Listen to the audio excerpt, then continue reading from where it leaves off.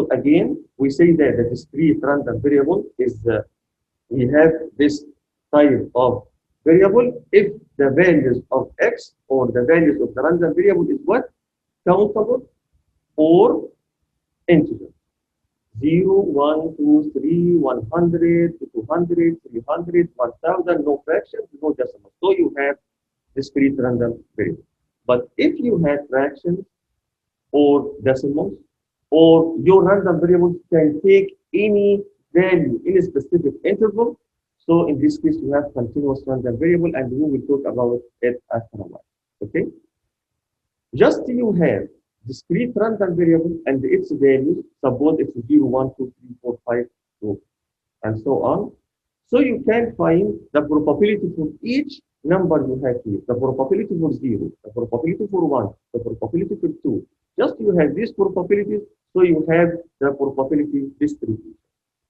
If you remember, we said that we have two important things about the probability distribution before. We said that all probabilities must be between 0 and 1. And we wrote, if you remember, the probability of x between 0 and 1. Right?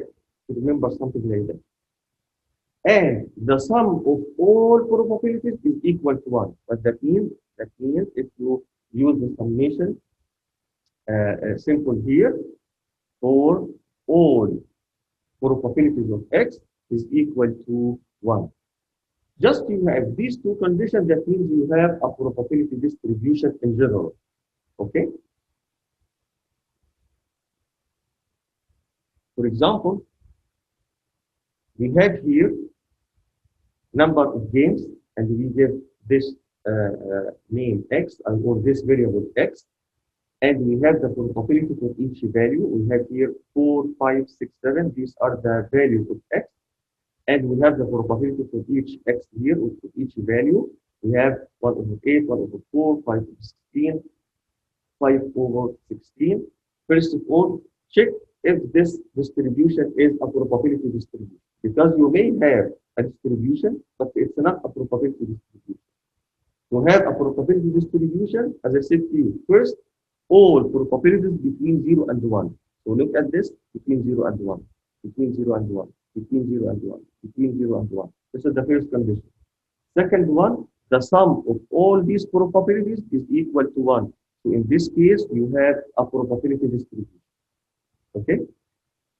Here we need to find what? What is the probability that a best of 7 series will be decided by at least 6 games? At least 6 games. So that means 6 games or more, which means 6 or 7, right? So we have 60 here, we have 7 here. Okay, so in this case, we need to find the probability in the other column. So you will add this number to this number. So you have the required probability. Okay. As you can see here, okay, we need here the probability for 6 and the probability for 7. Why 6 and 7 again? Because we said what? At least 6 games. At least 6 or more. 6 and 7. Maximum here we have 7 games. So you will find the probability for 6 and 7.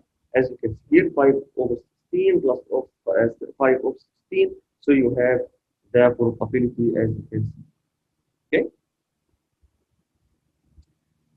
When we have a distribution like this, how we can find the mean of the distribution? Remember, when we have a random variable in general, we need to find the mean, the median, the mode, the standard deviation, okay, the minimum, the maximum. We need to find some statistics from this distribution. Okay, but when you have a distribution like this, or a probability distribution like this, okay, we have different ways to calculate these statistics. Today, you will know just one of them, how to find the mean of the probability distribution. So the mean of the discrete probability distribution, of course, it's a common measurement, because we need to know what is the center of this distribution, and also what is the standard deviation, how the data or the distribution is spread around this center. Okay, which means how we can describe the variability of this distribution. Okay, so to do this, you have to remember the difference between parameter and the statistics. What is the difference between them? Parameters, these are numbers. We can calculate them from the population. Statistics, these are also the same values we need to calculate, but this time from the sample. So this is the difference between parameters and the statistics. We find parameters from the population, we find the statistics from sample. Okay, so when we need to find the sample mean, this is from the sample. When you need to find the population mean, this from the population. Okay, in this case, the population mean is a parameter. When we find the sample mean from the sample, it's a statistics. Okay.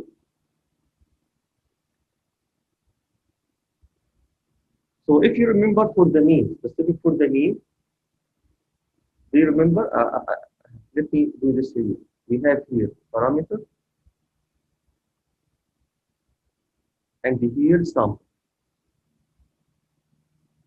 So when we calculate the mean from the sample, you remember it was what? X bar. But from the population, we call it what? Mu. Okay? Same thing for the standard deviation. Standard deviation from the sample, it's S. But standard deviation from the population, it's what? Sigma. System. Read system. Okay? So this is the mean. This is the standard deviation. As it is. Okay.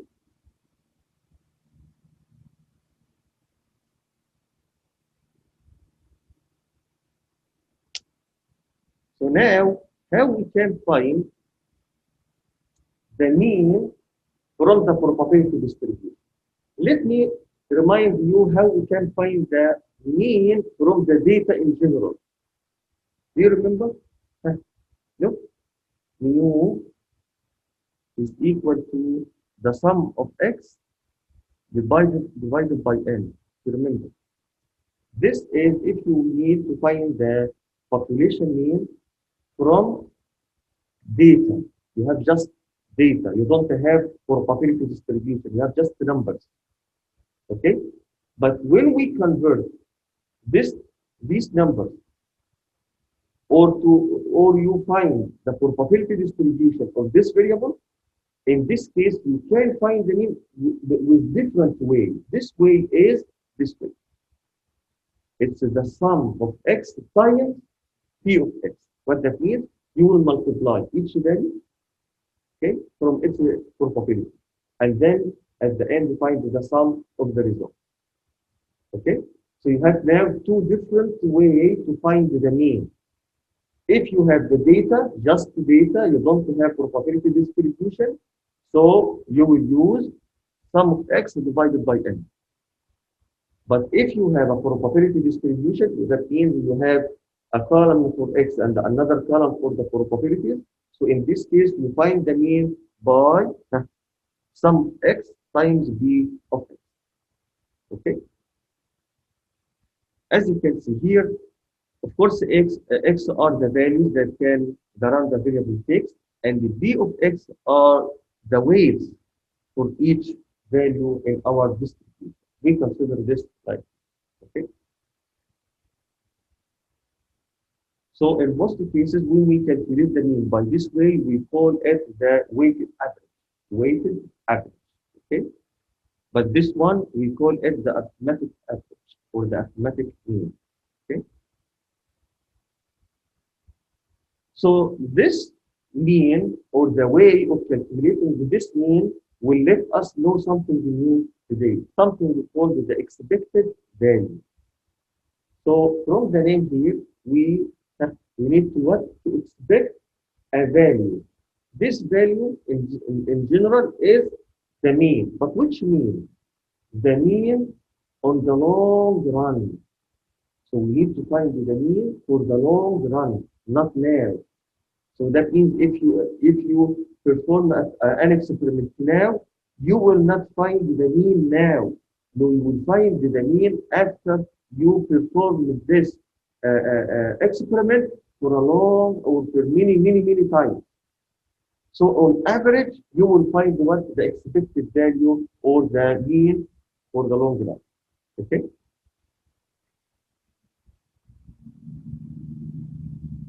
Actually, you can find also the expected value with the same way. We can say the expected value, we usually give it this symbol, E of x, the expected value, but also the sum of x times E of x. Okay, so it's the same equation like this equation. So here the mean also, or the expected value, this is the mean of the distribution, okay, or the expected value as well. For example, you are given 100,000 to invest. You must choose between the first thing, a sure gain of $500, and this is the second thing, a 0.5 chance of a gain of 1,000 and the 0.5 chance to gain nothing. What is expected gain with each strategy? So here you have two strategies. The first one is I, the second one is double I here, second one. So which one you should choose in this case? Okay. So the first one, it's already obvious. A sure gain of 500. Okay. So here there is no any expectation for the long run. There is no risk. Okay, as you can see here, a sure gain of 500. But the second one, we have here a 50% chance to gain another 1,000 or nothing. So you have 50-50 to gain 100,000 or another 100,000. So which one you should take? Okay, we will choose in this case. So we need to calculate the expected value for both strategies. For the first one, I here, and here we have double I. For the first one, you are sure that you will gain 500. So there is no expected value here. So, or we can say the expected value for this strategy is $500. There is no any risk here, actually. But for the second strategy, you have 50% to gain $1,000 and 50% nothing. So what is the expected value for this strategy? So in this case, you have here, or you can form this distribution. You have here two things. 0, which means nothing, you will gain nothing, or you will gain $1,000 or another $1,000. The probability for each one of them is 0.5. So you can say P of x, 0.5 here and 0.5. So now find the expected value for this distribution. So the expected value is the sum of x times P of x. How we can find or how we can apply this equation? So simple. It's 0 times 0.5 plus 1,000 times 0.5 and find the result. Of course, this one is equal to 0. This one is equal to 500. So the second strategy also, the expected value is $500. Okay, so in this case, you have 500 here for the first strategy, and for the second strategy, also 500 expected value. As I said to you, this expected value for long run, and expected maybe will happen or not. Maybe 500, maybe less a little bit, maybe more a little bit. So it's, as I said, expected number in the future for the long run. So which strategy you will should take? If you like to rest, you will take the second strategy. If not, so you will take the first strategy in this. Okay. So from this example, you will know how to find the, uh, as you can see, these, here we have the answer. Okay. So you will know now how to apply the equation of the expected value or the mean of the system. Okay. So it's so simple, it's not fun. Actually, we have the standard deviation of the probability distribution. It's a very, very important one. As I said to you, we call it sigma. And of course, it's a measure of the variability of the distribution or the variability of the data around the mean of the distribution. Okay. As you know from before, that if the sigma is large, that means we have great variability. If it's small, that means you have consistent variability. It's not too much. Okay. Actually, we have here another equation for sigma, but in your book you don't have this equation, unfortunately, so you don't need to calculate the standard deviation for that. But for your information, this equation is sigma. You can find it from the probability distribution by this way. It's x minus mu square times b of x. So this is another way to find the standard deviation for, I'm sorry, I forgot to put here the square root. Okay. So this is another way to find the standard deviation from probability distribution. So you have two ways now to find the standard deviation. Okay. From the values, if you have just the numbers, you don't have a distribution. So sigma is equal to square root of the sum of x minus mu squared divided by n to remain. But if you have a probability distribution, you have a column for x and a column for the probabilities, so you will apply this one. But as I said to you, in your textbook, you don't need to find the standard deviation. You don't have actually this equation, but this for your information. Okay? But maybe someone asked me, we know how to find the standard deviation from the data, how we can find it from the probability distribution. So you already have now the equation. Okay, but you don't need to know how to apply. If you have a categorical variable, that means you don't have here or the values of the variable now, it's not numbers, it's categories or labels. So and you wanted to find the mean of this distribution, of course you will not be able to do that. Why? Because you have what? Names, groups. You don't have numbers. So in this case, you have to convert these groups or labels into numbers. Okay? But these numbers, okay, we can call them, we give each category a code. So for example, if we have yes and no, so no is 0, yes is 1. This doesn't mean that yes is equal to 0 and 1 and the no is equal to 0. No, it's just a code for that.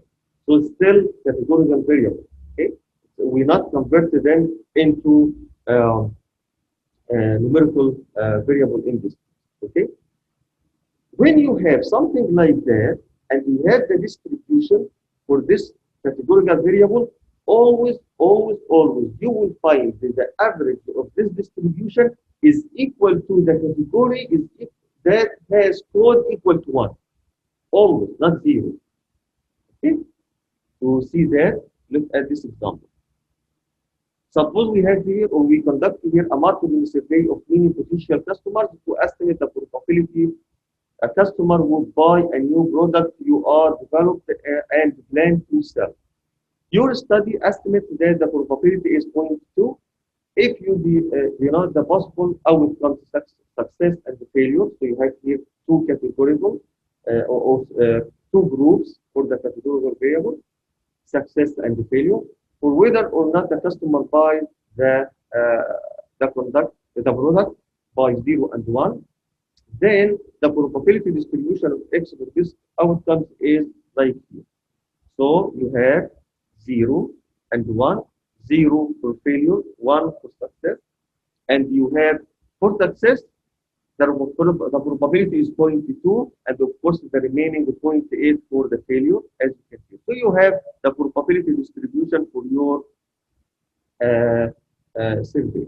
Okay. Now find the mean of this distribution. So will be 0 times 0.8 plus 1 times 0.2. So look, of course this one is equal to what? To 0.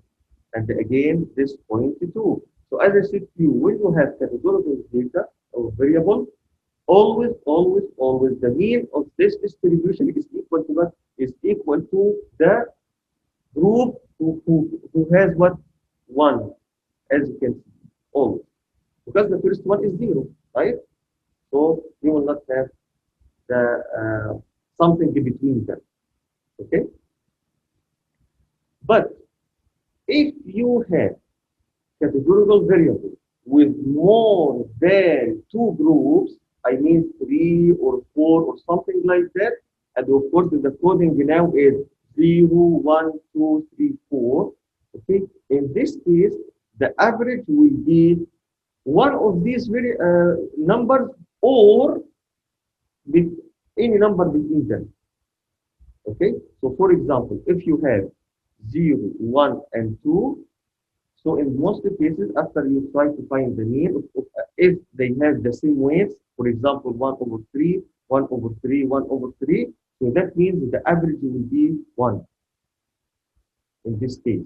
This if you have more than 2 groups. But if you have, for example, 1, 2, 3, 4, and each one of them 1 over 4, 1 over 4, 1 over 4, 1 over 4, so the mean will be between 2 and 3. It will be 2.5 in this. So if you have more than 2 groups with the variable, the categorical variable, based on the number of categories, you may have the mean is equal to one of these numbers, like here. Here we have 1, or the mean is not one of these numbers, maybe between any 2 numbers, as you can see, based on, of course, the probabilities we have. Okay, so if, for example, one of these numbers they have more weight, which means more probability than the other, so in this case, the average will move towards this weight more than the other. Okay, but anyway, you will perform the same function to find the mean of the distribution. Mu is equal to sum of x times b of x. Okay.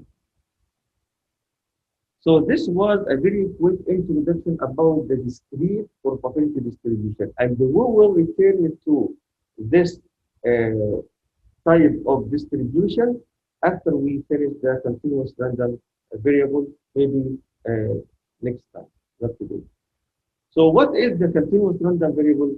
As I said to you, if you have a random variable, takes values in a specific interval, so that means this variable takes the fractions or decimal, so you have a continuous random variable. Like what? Like the weight, the height, the price, we have here the age, the time, the size of specific thing. Okay, so here you have continuous random variable.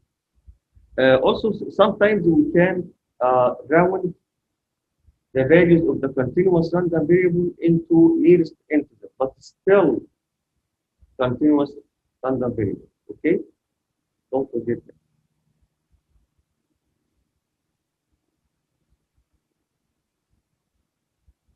Same thing as we said for the discrete random variable, the probability distribution for this type of data The probability must be between 0 and 1, and the sum of all probabilities equal to 1. Same thing we have here for the continuous random variable. The only different thing between the discrete random variable and the continuous random variable is the shape of the distribution. What that means? That means for the discrete random variable, if you would like to graph this distribution, you will use uh, the bar chart. The bar chart. But if you have continuous random variable, you will have a curve. So this is the difference between discrete probability distribution and the continuous probability distribution. Okay. So again, suppose you have here discrete random variable, and here you have continuous random variable. So the shape here will be bar chart. But here, for the continuous random variable, will be a curve. So this is the difference between them. But we still have the same properties. What are these properties? The probability. So here you have x, here you have p of x. Same thing. Here you have x, here you have p of x. Okay? As you can see, always the probability, you will find them between 0 and 1. And the sum of all probabilities is equal to 1. Here also the same thing. The probability between 0 and 1, and the area under this curve is equal to 1. Same thing. Okay?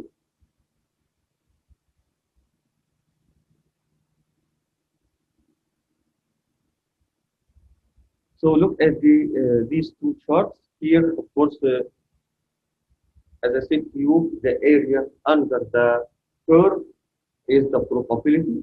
Okay? And always we have intervals, as you can see here for this graph.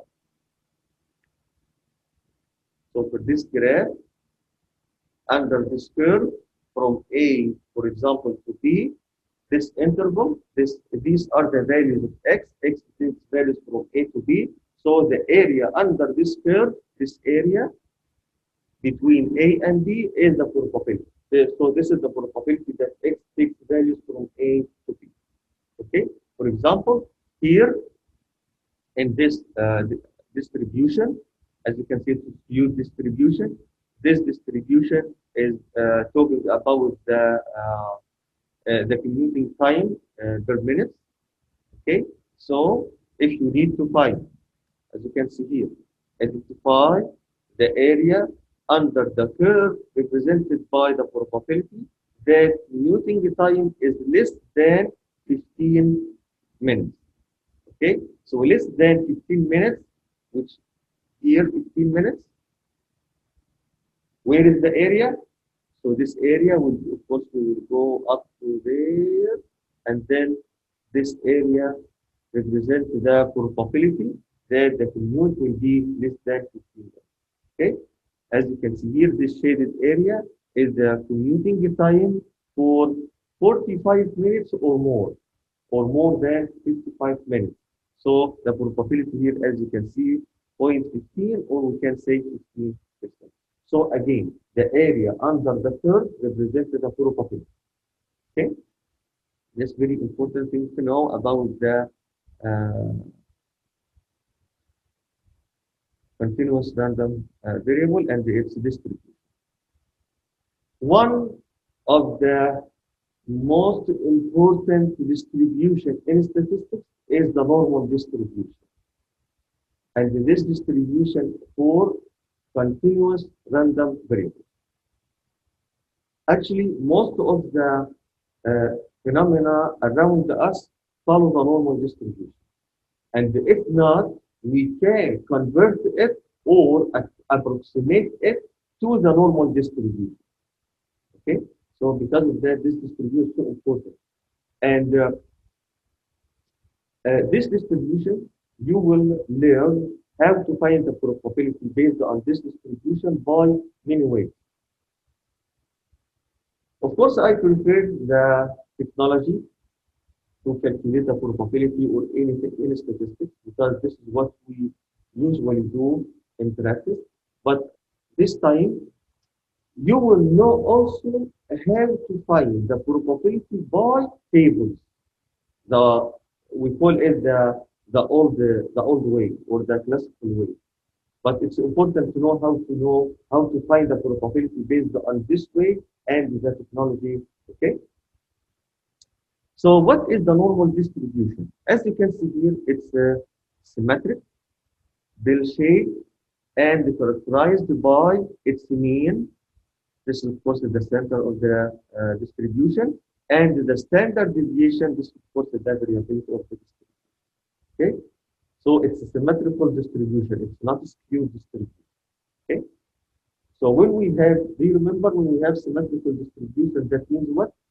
That the mean is equal to the median. So when we have symmetrical distribution, that means the mean and the median are equal. Actually, the mean, the median, the mode are equal in this case. These three statistics or parameters. Okay? Okay. So this normal distribution, the shape of the curve of this distribution varies based on the value of mu and sigma. So each time you change the value of mu or the value of sigma or both, you will have a new curve. But all curves are symmetrical, all of them. Okay. When we have a random variable follows this normal distribution, we write it by this way: x. This is our random variable. This symbol we call it follows. Okay. The normal distribution, this is n, normal distribution, with mean mu and the standard deviation sigma. Okay, so instead to write, I have a random variable x follow the normal distribution with mean mu is equal to this number and the standard deviation sigma is equal to this number, we write directly this: x follows normal distribution with the mean and sigma. Of course, you can put here the values of the mean and the sigma instead of these two things. So this is our random variable. So again, if you remember, this is our normal distribution curve. As you can see here, the mean in the middle. The mean in the middle means the median is here also and also the mode. Okay. Do you remember the empirical rule? Empirical rule, remember it? When you take one standard deviation to the left of the mean and one standard deviation to the right of the mean, the area between them is 68%, right? Or you have 68% of the data between these two or within this interval, right? Same thing for the normal distribution. One standard deviation to the left, one standard deviation to the right. Between this interval, you have what? You have 68%.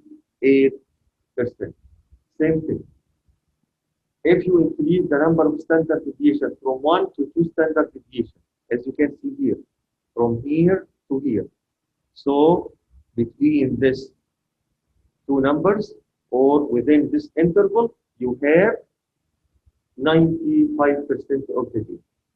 Okay? Last one, when we increase the standard deviation from 2 standard deviation to 3 standard deviation. In empirical rule, we said what? 100% of the data will be between in 3 standard deviations, right? But here, it's not 100%. It's 99.7%. So this is the only difference between empirical rule and the normal distribution.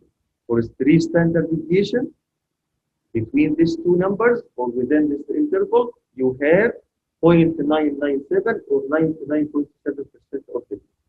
Okay? But you can use the empirical rule to approximate, of course, the probability with the normal distribution, as you can see.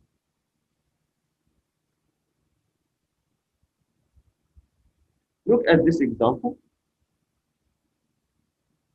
Within what interval do almost all of the women heights fall? Okay, so we have here two curves. Both are normal distribution. Okay, as you can see here, because the mean and the sigma, or mu and the sigma, or the mean and the standard deviation are different for women and the men, you have two different curves for the normal distribution. Do you see the shapes? They are different, as you can see, but both are symmetrical. Okay, for the women, for the women, uh, almost all of the women heights fall within which interval? Uh, all of them, almost all of them. Almost all of them means what? 99.7%, right? This is almost all, right? 99.7%. This percentage for which interval? One or two or three standard deviation? For three standard deviation. So in this case, what is this interval? Huh? Look at the mean, look at the standard deviation for the women distribution, and find this interval, right? So for the women, the mean is 65. The standard deviation 3.5. Three standard deviation, that means we will calculate this interval. Mu minus 3 sigma and mu plus 3 sigma.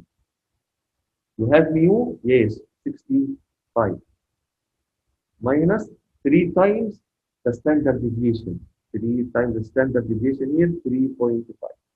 Same thing for the upper limit, 65 minus, plus 3 times 3.5. Now you can find the interval. Okay? As you can see here, if you calculate it, you will find it's between 54.4 and 75.5. As you can. Of course, in this example, you have the three intervals for one standard deviation, two standard deviation, and the three standard deviation. But because the question said almost to all women height fall in what interval, so the answer will be this one. Okay.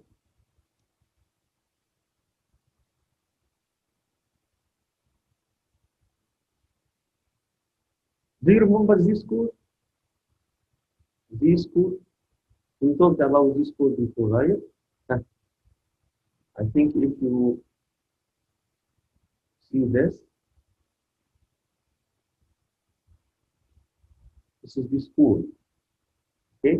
So when we try to convert to any value for x to z, which means we standardize this value, okay, we use this function, x minus mu divided by 6. Do you remember why we use z? So z will let you know how many standard deviation x away from what the mean. Do you remember when I said the standard deviation in statistics, it's a unit, like in unit, like centimeters, like inches, like foot, right? Do you remember I said that? In statistics, the standard deviation is a unit as well. So to know how far specific value, say x, away from its mean, you calculate z. So you can say it's above the mean by 1.5, for example, or lower than the mean by zero point 0.2 standard deviation. Okay, something like that. So this code is very, very important. Why we need z here and with the standard normal distribution. Actually, we have here a very, very nice story. As I said to you, whenever you change the mu and the sigma, you will have different curves each time for the normal distribution. Okay? But sometimes we need to unify all curves for the normal distribution in just one curve. This curve, we call it the standard normal distribution. The standard normal distribution always has mean equal to 0 and standard deviation equal to 1. And you can convert any normal distribution to the standard normal distribution. How? By this equation. This will not let you lose the shape of the distribution. The shape of the distribution will still the same, no change. No change. Okay? Actually, on the blackboard, you will find a nice video clip about the standard normal distribution and z-score. Okay, at home, look at it. You will know why the z-score is very important to convert any normal distribution curve into standard normal distribution curve. Okay.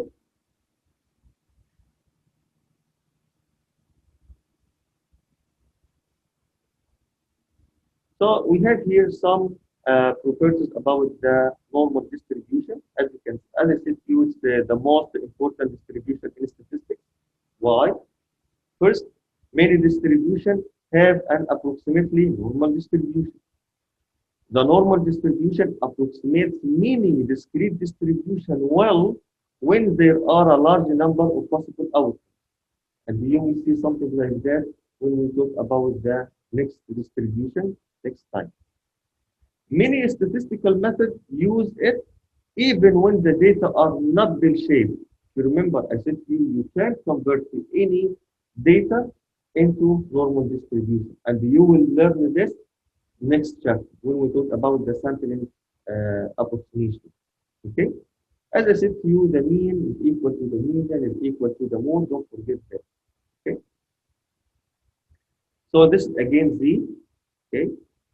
But this time, we wanted to know how we can find the probabilities based on the normal distribution. If you remember, I said to you, you have two ways.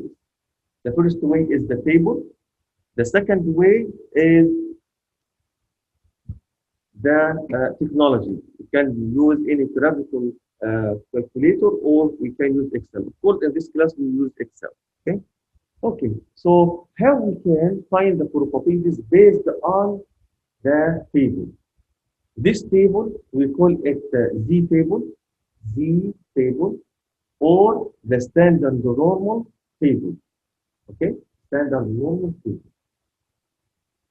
Let me show you this table quickly.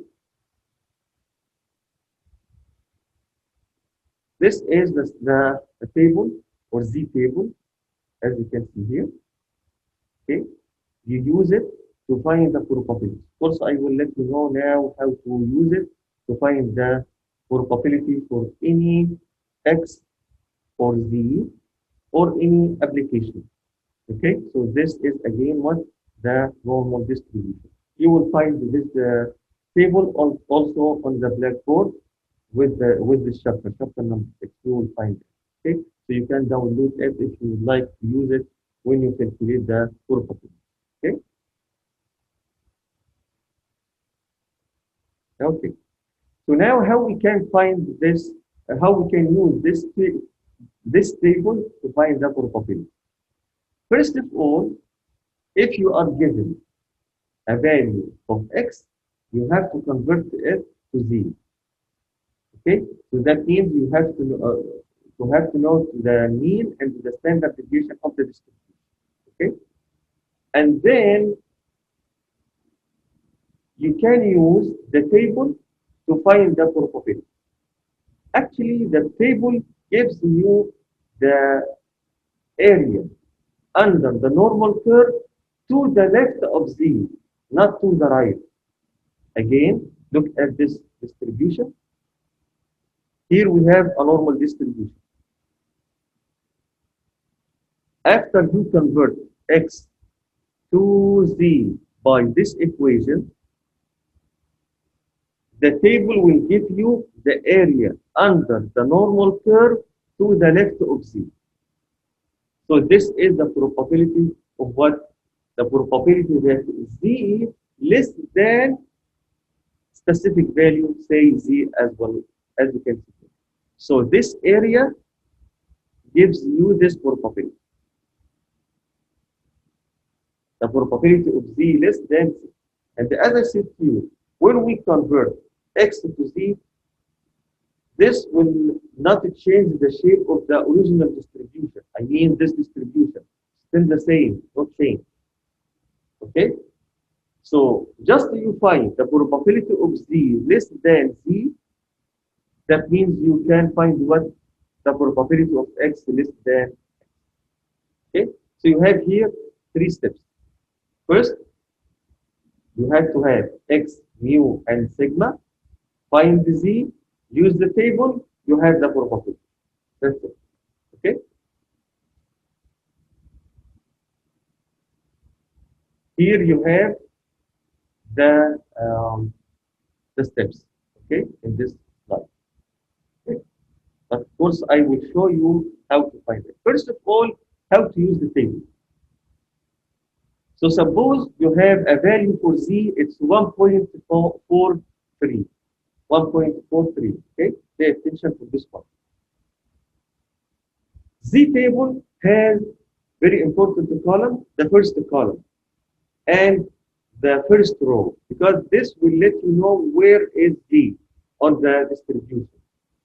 So for 1.43, you will divide this number into two numbers, 1.4 and 0.03. Again, 1.43, you will divide it into two values, 1.4 and 0.03. On the table, you will find on the first column 1.4. It's here. And the remaining of this value, 0.03, you will find it on the first row. So again, you will find 1.4 in the first column and 0.03 in the first row. The intersection between this row and this column gives you this area or this probability. Okay? What is this probability? Where is this area on the graph? So if you have the standard normal distribution curve like this, Z is here, 1.43. So this area to the left is 0.9236. So you find what now? You find the probability that Z less than 1.43. Okay? Is it okay? Let me do another example. Okay? Suppose we need to find the probability that Z less than 1.56. So in this case, you will do what? Divide 1.56 into two numbers, 1.6 and 0.06, 1.5 and 0.06. So 1.5 and 0.06. Where is 1.5? Here in the first column. 1.5. Where is 0.06? Here in the first row. The intersection between this row and this column gives you the area to the left of Z. So what that means? That means if you draw this curve, 1.56 is here. So this area to the left is 0.9406. 9406. Okay, so this is the way of finding the probabilities from the table. And again, always this table gives you the area to the left. Don't forget that. The area to the left doesn't give you the area to the right of Z. Gives you the area to the left of Z, not to the right. So the question now, what if I need the area to the right, not to the left? What that means? That means I need to find something like that. I need to find the probability that z greater than 1.56. So I need this area now, not that area. Huh? Do you remember the complement rule? You will apply the complement rule. So the probability of z greater than 1.56 is equal to what? 1 minus the probability that z less than 1.56. You can find the probability of z less than 1.56 from the table. Just subtract it from 1, so you have what? The probability to the right. Okay? Mhm. So, because we already have this area here, huh? So it's 1 minus 0.9406. So this gives you the area to the right. Okay?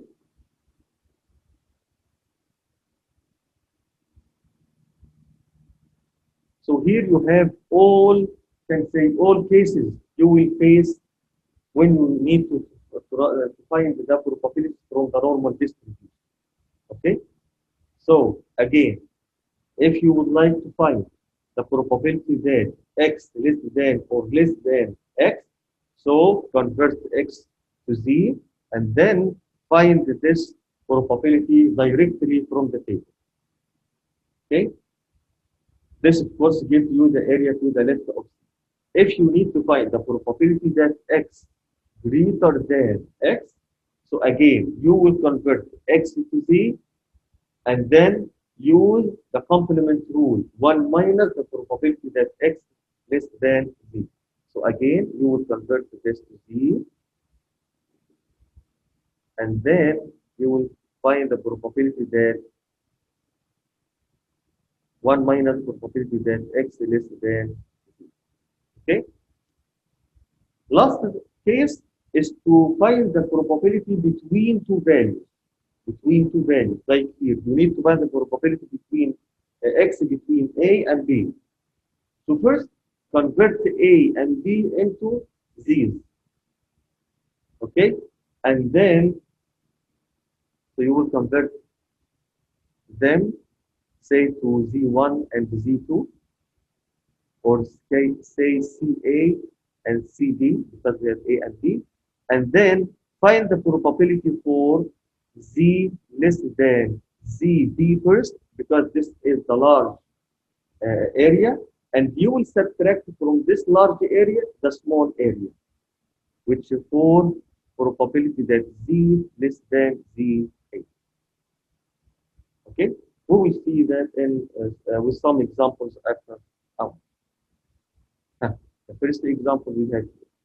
For a standard normal distribution, determine the following: the probability of z less than negative 1.22. Here you don't need to convert to z because we already have z. Okay, you convert x to z when you have x. Okay, so you can use the table. Okay, don't use x for z directly from the table. No, that's not correct. If you have x, convert x to z first and then find the probability from the table. Okay, if you are given z directly, use the table. You don't need to convert it to z because it's already z. Okay, so here for the first one, you can. Oh yeah, something else. It's helpful, very helpful to draw the shape of the distribution and put the value of z on it and determine which area you would like to find. For example, in our example here, the probability that z less than negative 1.22, draw the curve like this. Of course, the mean of the standard normal distribution is 0. As I said to you, standard normal distribution is standard normal distribution. The mean is 0. The standard deviation is 1, always. Where we can find the negative 1.22 to the left or to the right of 0? Okay, So it's a negative 1.22 is here, right? We need to find what less than. So which area? To the left or to the right of negative 1.22?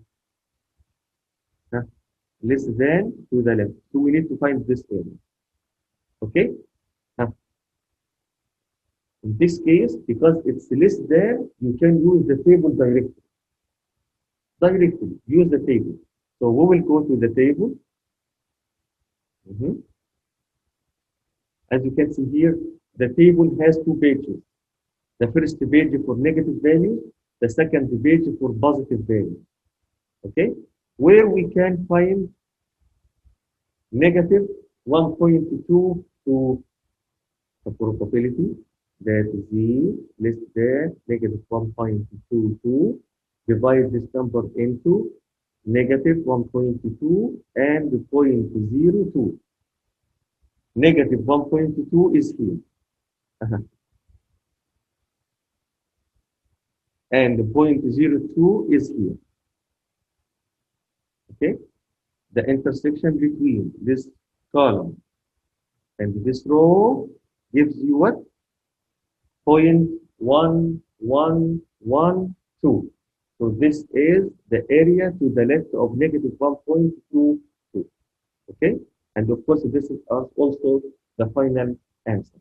So as you can see here, the answer is 8. 1, 1, 1, 2. Okay? Another question. This question, the probability that z greater than negative 0.46. Negative 0.46 and greater than, not less than. Okay? So what that means, as I said to you, this thing is to draw the situation here. So where we can find the negative 0.46, we can find it here, negative 0.46. We need to find what? Z greater than. So we need the area to the right. Okay? Just you know that you need the area to the right or the probability that z greater than something, you will apply our complement rule. So this is equal to what? 1 minus the probability that z less than negative 0.46. Why again we do this? Because the table gives us the area to the left, not to the right. Okay? So what that means? That means from the table we will find this area. And because the total area under the curve is equal to 1, we can apply the complement rule. So when you subtract this area from 1, the remaining is what? This area. Right? So you have the correct probability. Okay? So from the table, find the area to the left of negative 0.46. So we need the probability that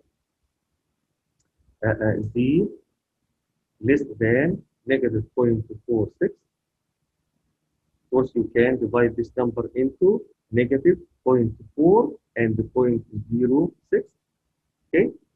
Where we can find negative 0.4. Negative 0.4, it's down here. And 0.6, 0.06 is here. Okay? So you will find the intersection between this column and this row. So the area is 0.3228. 0.3228. Okay? Again, this is the area to the left.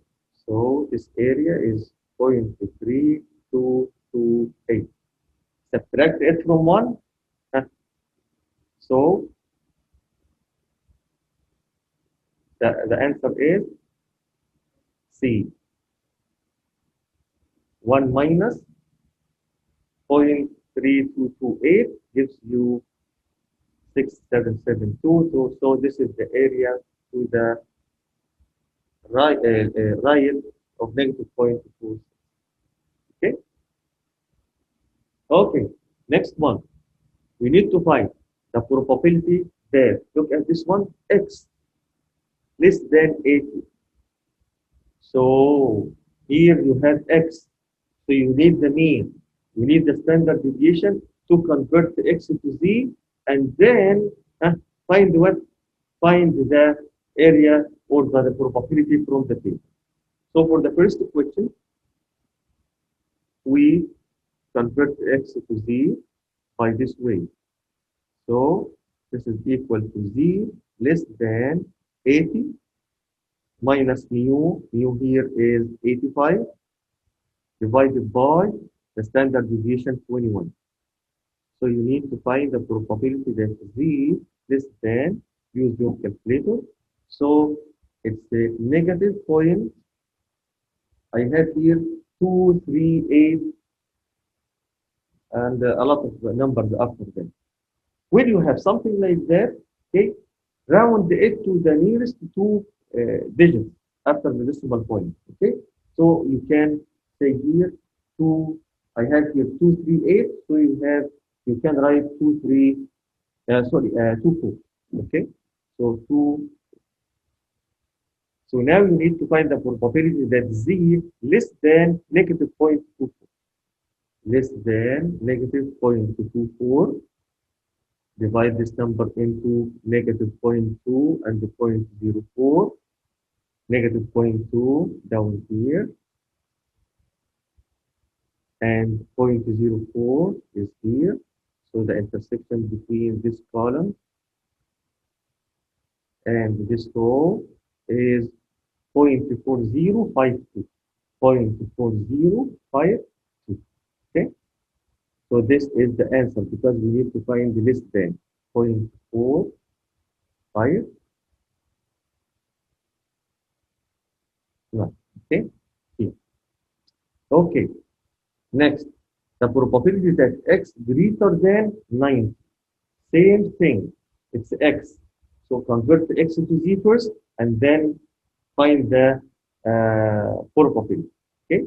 So the probability that x greater than 9. Convert x to z. So it's 90 minus 85 divided by 21. So we need to find the probability that z greater than 95 again. Okay, so it's the same thing, but this one is positive. 0.24. So you need to find the probability that z greater than 0.24. So this is equal to 1 because it's greater than. So it's 1 minus probability that z less than 0.24. Again, why we do that? Because the table gives us the area to the left, not to the right. So you have to use the complement rule to find this probability or the area to the left of z, right to z, sorry, the area to the right. Okay, so again, we already have this probability actually.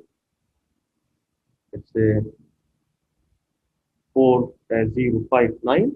Okay, subtract it from 1, so you have the answer is C in this, right? So the answer is this C in this. So A is here, C. Okay. Last case, when we need to find the probability between two values. As you can see here, suppose income is normally distributed for a group of workers with mean for 45,000 and sigma 5,000. Find the probability that a randomly selected worker from this group has an income between 38,000 and 48,000. Okay. So if you draw this scenario, so you have the distribution as you can see here. The mean in the middle, 45, 48 after it, 38 below it, and we need to find the area between them, as you can see. Okay? Or you can write it by this way. We need to find the probability that x between 38 and 43. Of course, I removed here the three zeros because as you can see here, all the standard deviations, the mean and the values can be are thousands, so you can remove these three zeros. Okay. So convert x to z. As you can see here, you have the mean, you have the standard deviation. So when you convert x equals 38 to z, so you will say 38 minus 48 divided by 5, so it's negative 1.4. And when you convert the 48 into z, so you will subtract it from the mean divided by the standard deviation, so you have 0.6. So now we need to find what? The probability that z between negative 1.4 and zero point 0.6. So if you draw this again, so you need to find the area here, same area, but this time between negative 1.4 and zero point 0.6. When you have something like that, you will apply this function. Of course, the large area under the normal curve will be 4.6. And you will subtract from this large area the small area. The small area will be for negative 1.1.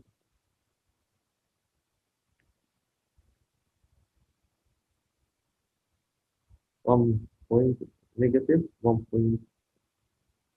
So now from the table, you can find the probability that z less than 0.56 and the probability that z negative 1.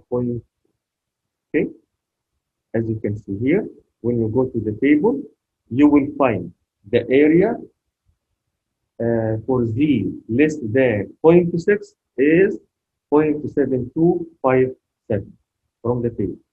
And the area from less than negative 1.4 is 0.0808. 0.0808. Subtract these two numbers from each other, so you will have the area between negative 1.4 and 0.6, which is the area between 38 and 48. So you have the final answer as you can see. Okay.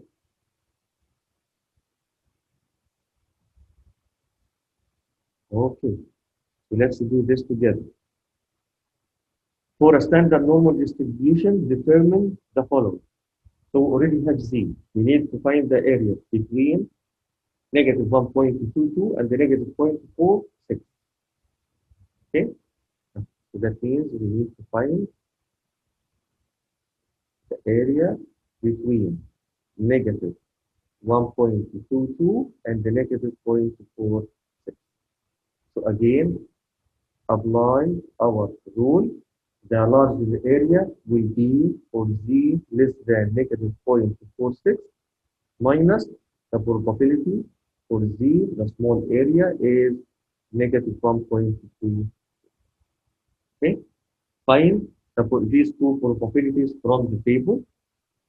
So we need for and 1.2.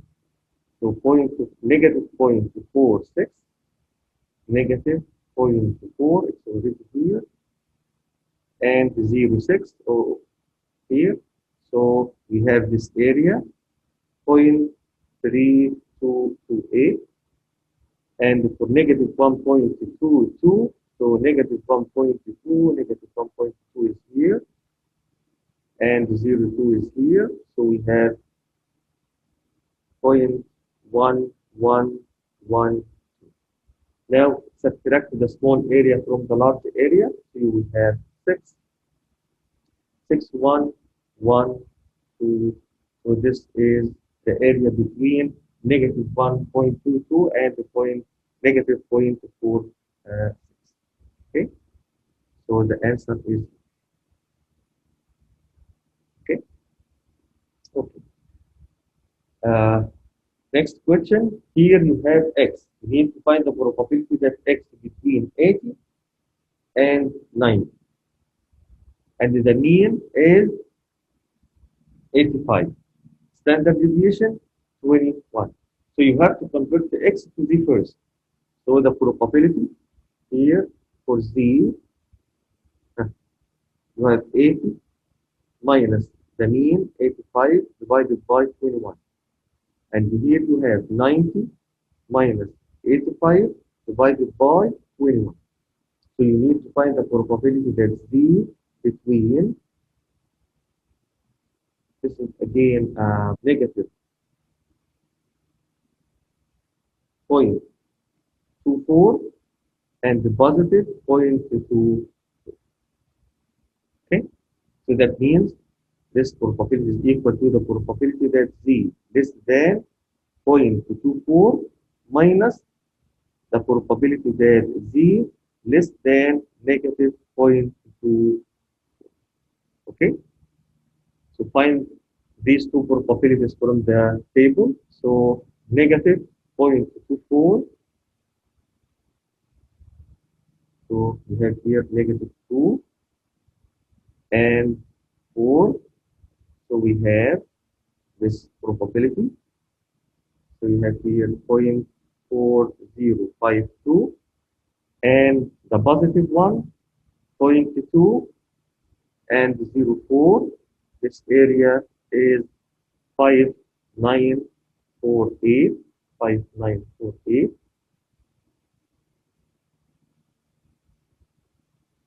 Subtract this from this. Okay, so you have here 3291. So the answer is 1923. 1923. It's not one of them, but the answer is 1923. I think that I missed to give one of them. Oh, I thought it was there for a different question. Okay, so this is not right. It's a 19.23. Okay, 23. Okay, this is an application for a random variable follows a normal distribution, and we need to find the different probabilities for this distribution. So assume that the length of time x between charges of the cellular phone is normally distributed with a mean of 10 hours and the standard deviation 1.5. So you have the mean here, mu, the standard deviation 1.6.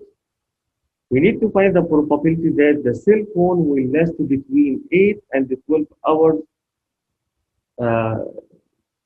between charges. Okay, so you will need to find the probability that x between 8 and 12. Okay, so you have this situation. The mean is 10, 12 is here, 8 is here, and you need to find the area between them. Okay, first convert x to z. So 8 minus the mean 10 divided by 1.5. 12 minus the mean 10 divided by 1.5. And then find the values of z. Okay, so you have here 2 divided by 1.5. So we have 1.33. So negative 1.33 and the positive 1.33. So you need to find the area between negative 1.33 and the positive 1.3 distance. Okay, so if you remember, apply our rule here. The probability that z less than 1.33 minus the probability that z less than negative 1.33. Okay, find these two probabilities from the table. So negative 1.33, negative 1.31. So we have negative 1.3 here and 0.3 here. So we have the intersection between these two is negative 0.0918, and same thing for the positive one. 1.3 is here and the 0.0 here, 3. The intersection between them is 9082.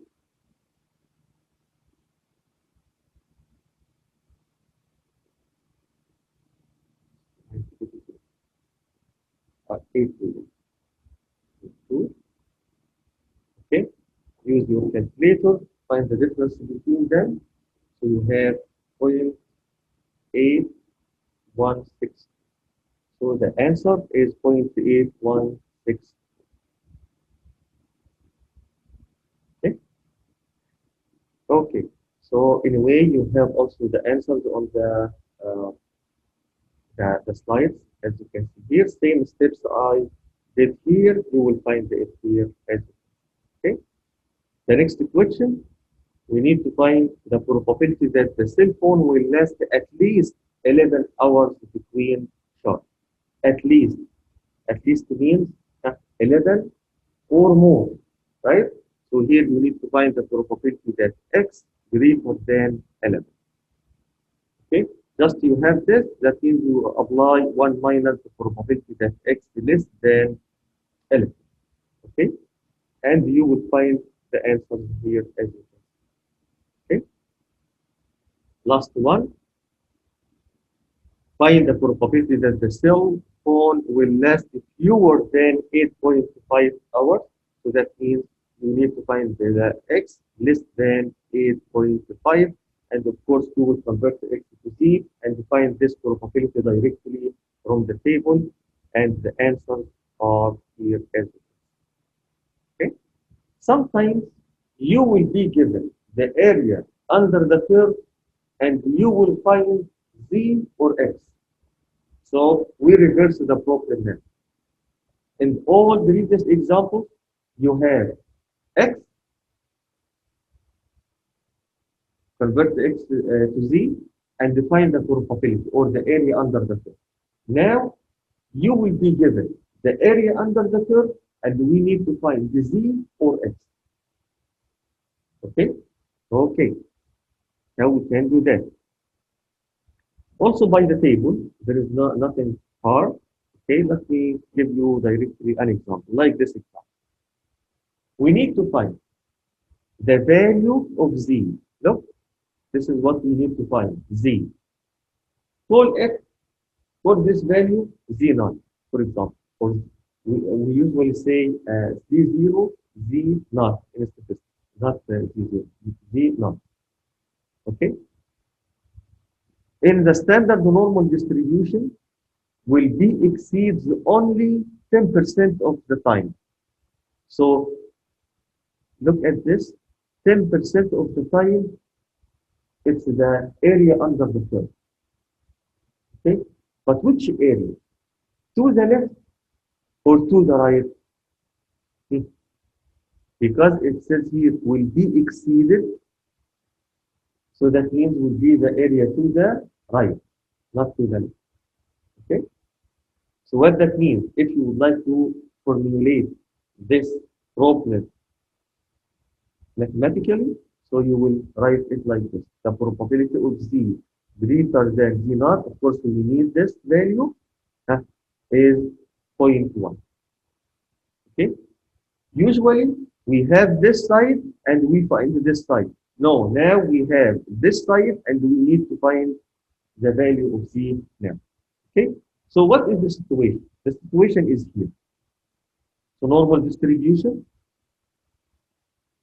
z is positive or negative, which part will let you know it's positive or negative? The area. This area is 0.1 or 10%. Okay? And to the right, not to the left.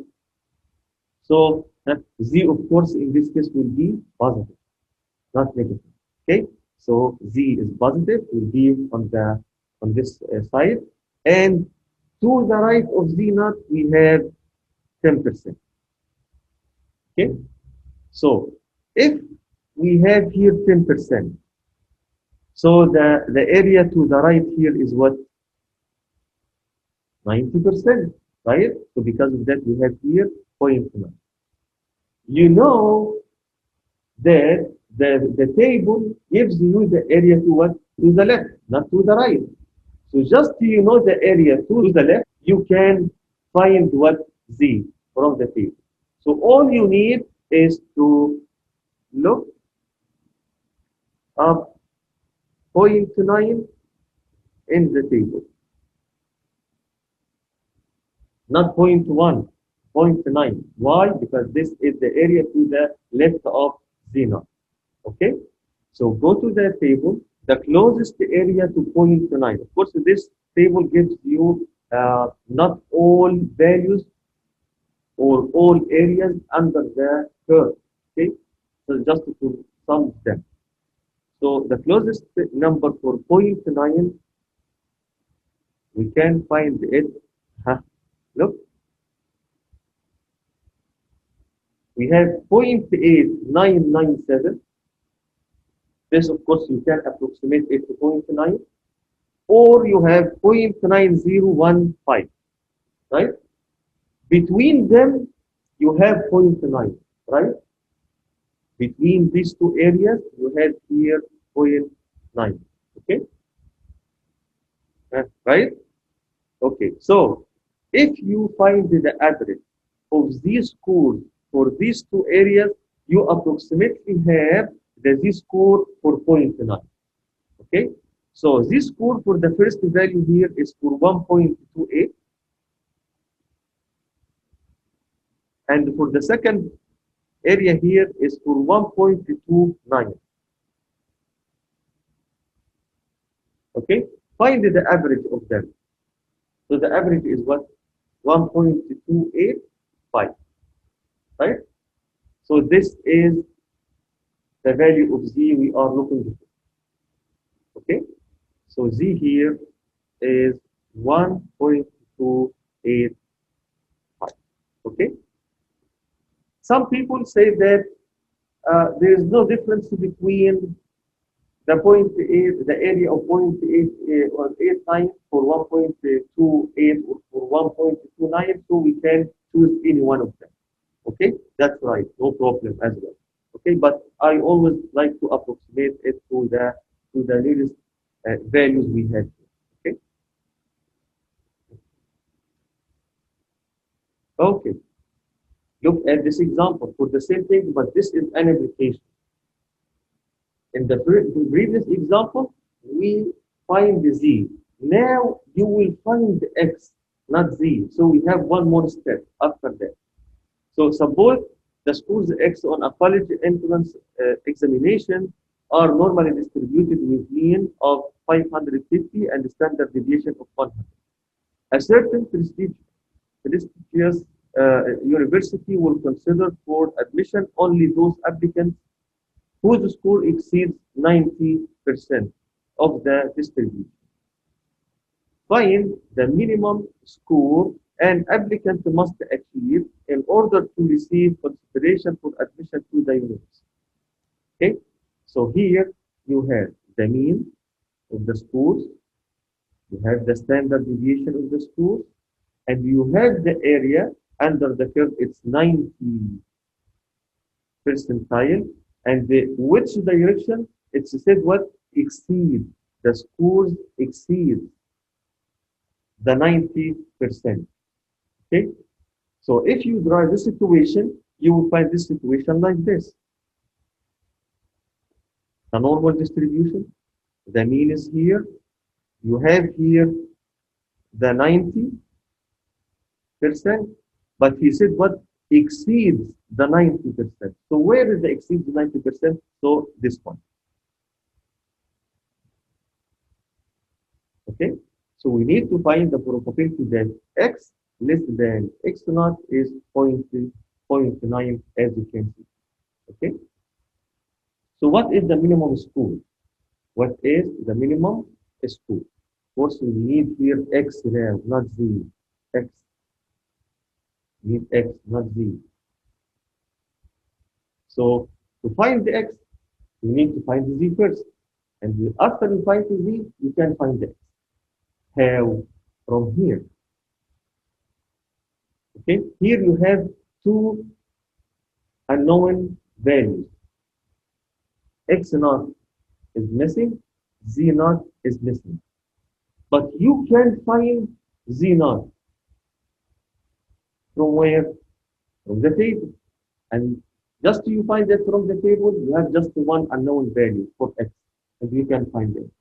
Okay, so anyway, before we can continue, you can find the x now by this equation. So this equation, of course, comes from here. If you put here 1 and you do cross product, okay, so you find that x z is equal to mu plus sigma times z naught. Okay, so from the table, you will find z naught. We already did that actually because we have the 90% from here. You remember the 90% to the right of the z naught is for what? 1.285. Or you can say 1.228. It's okay, no problem. Okay?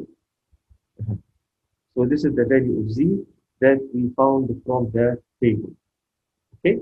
Now apply this function. So the mean 550, the standard deviation 100, and we found z from the table 1.285. So the minimum score is 678.5. Okay, so this is the minimum score that the university will consider for the admission. Okay,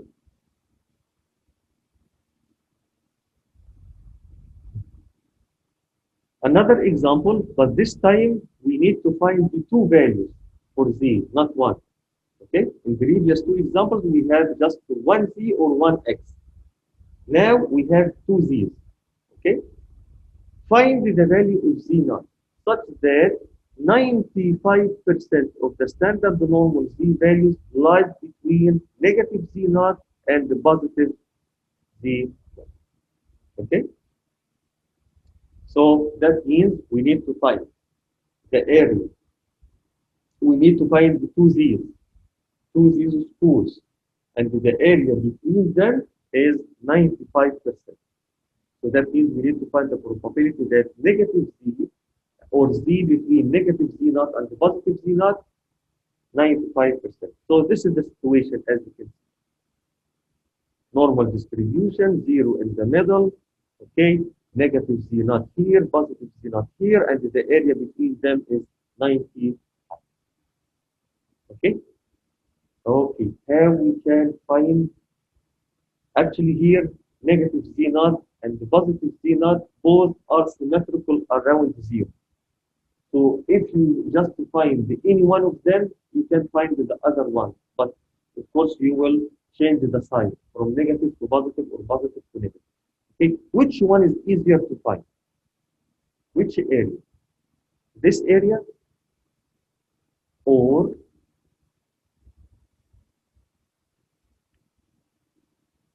this area?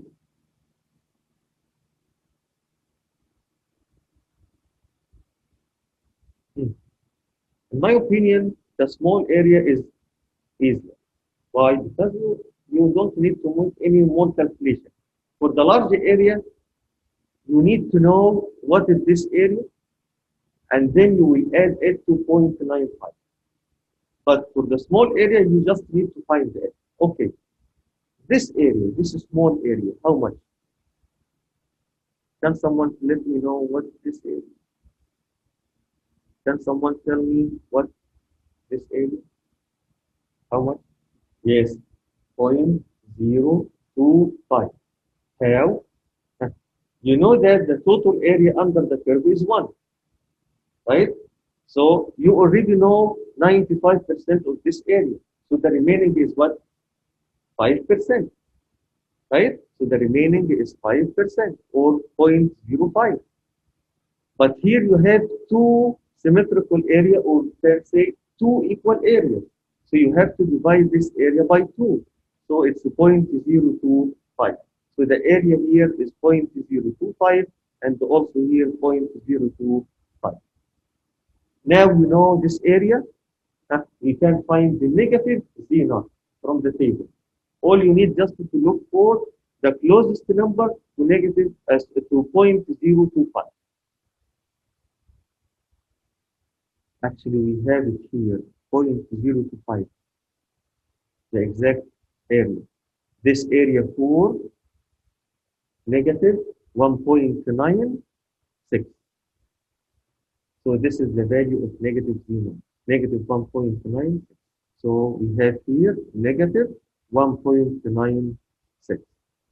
This value is symmetric around the 0. So this value is what? 1.9. So now you find what? The positive z and the negative z, as you can see. Okay? Of course, here you have the answer as well. Okay.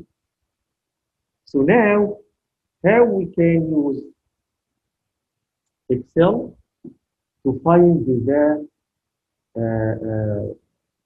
probabilities. Okay, of course, you will enjoy with that. Okay, because of course there is no uh, there is no steps. Okay, all you need just to know one thing: is it less than or greater than, or just need to find the area between them, between two values. That's it. Okay, but to convert the x to z or something like that, no. Okay, uh, unless you need to find the area for z. If it's this a question, but if it's not, just x, you don't need to convert x to z in this case. You will use the function directly. Okay, so let me go to Excel. So suppose you need to find um, suppose you have the mean is equal to 550 and the standard deviation is 20. Okay, and you need to find the probability that x less than 508. Okay, so this is our example to use Excel. You have the mean, you have the standard deviation, and you need to find the probability that x less than 585. Of course, if you will do this manually and you will use the table, you will do what? You will convert the x to z and then find the area from the table according to the value of z in this. Okay. Actually, in Excel here, you don't need to do this. You will just use one function to find the x. Okay. So this function is norm distribution. This function norm dot dist, which is normal distribution. Okay, this function needs four things: the value of x, and here it's 558, the mean, the standard deviation, and if the probability is cumulative or not. Of course, all probabilities we try to find here is cumulative. So you will go through here. So the values here is 508. This is the value of x. The mean 550. The standard deviation is 20, and you will add here true. Always the cumulative is true, and then n. So you have here the area to the left of 558. You don't need to convert it to z or anything, as you can see. Find the probability directly. Okay. What if I need to find the probability that x, but this time greater than, say, 504?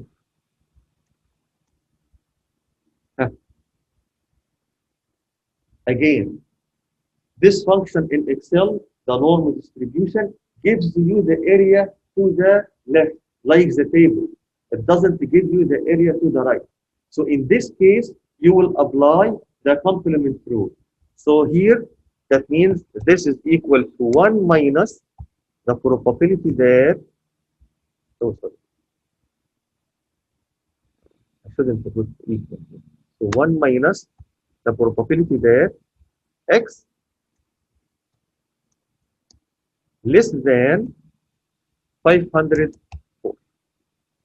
So how to do that in Excel? So simple. Same thing. 1 minus and then norm distribution function, and we put here 504. This is x. The mean is 550. The standard deviation 20 and true. So this will give you the probability that x greater than 550, as you can see. Okay. What if I need to find the probability between two values?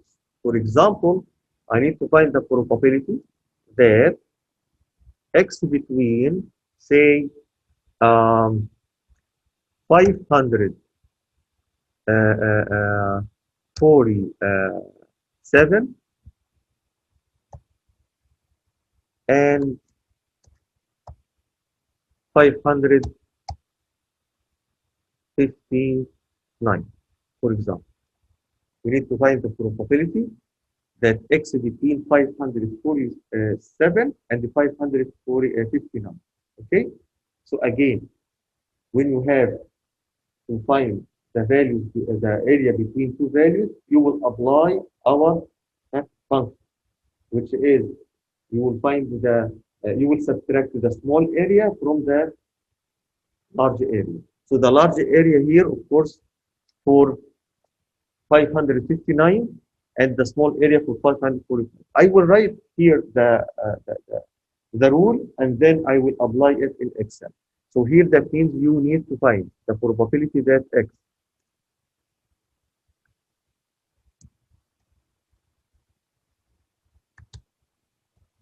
less than 509 minus the probability that x less than 547.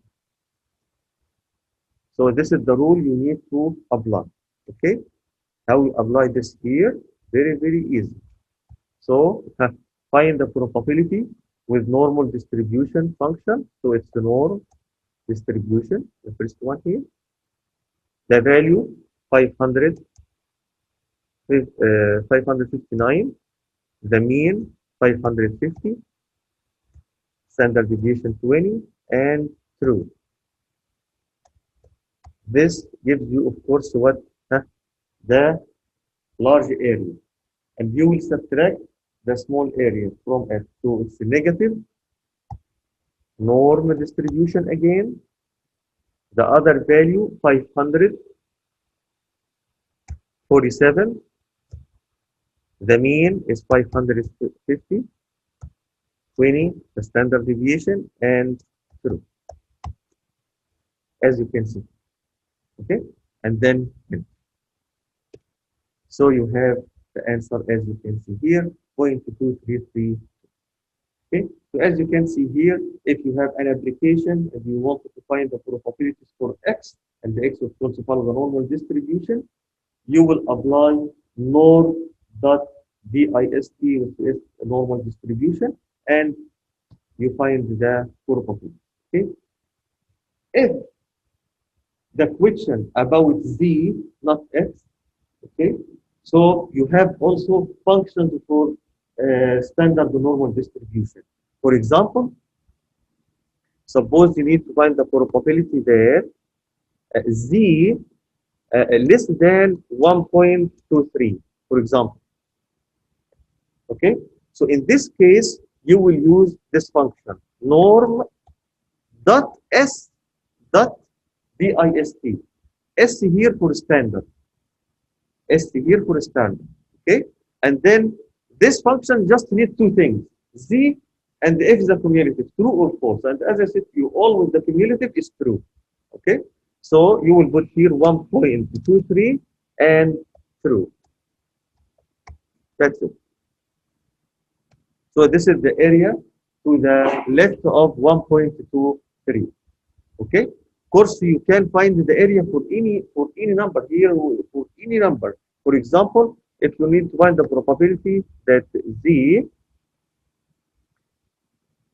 can say 1.29978 or 76, something like that. Same thing, no problem. The computer here will find the probability for this one as well. Okay, so it's equal to norm dot s dot distribution. Okay, 1.23997.6.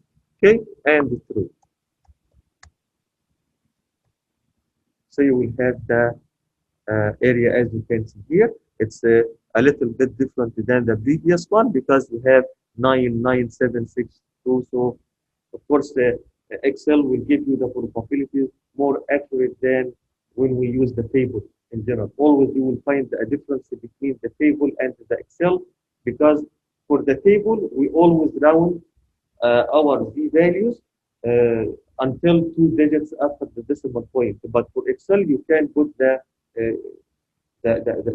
value as itself like this, no change, so you will have the accurate probability in this. Okay, and same thing you can apply the other rules to find the probability. For example, if you need to find the probability that Z, this case greater than, not less than, okay, 1.23, for example. So in this case, you will find it by 1 minus the probability that Z less than 1.23. Okay, so to apply this here in Excel, you will write equal 1 minus norm dot s dot distribution 1.23 the value of Z and true. So you have the probability that Z greater than 1.23 as you can see. Okay, and same thing if you need to find the area between two Z values. For example, you need to find the probability that Z between, for example, negative point, this number, so Z here, and negative, sorry, positive point, say 1, 2, 3, something like that. Okay, so again, you will apply our rule. What is this rule in this case? So the probability that Z less than point 1, 2, 3 minus the probability that Z less than negative 0.876, as you can see. Okay, so you will apply this here. So it's the norm dot s dot distribution 0.123 and true. Okay, minus norm dot s dot distribution. Okay, the second value is negative 0.876 and true, like this. Okay, so you have the area between them. Okay, so as you can see here in Excel, it's very easy to find the probabilities, especially if you have X. You don't need to convert it to Z. Just put X, the mean, the standard deviation, and find the probability. But the more important thing is to know which area you need to find. Is it to the left or to the right? Is it greater than or less than? Okay, or between two values. This is the more important thing when you use Excel. Okay.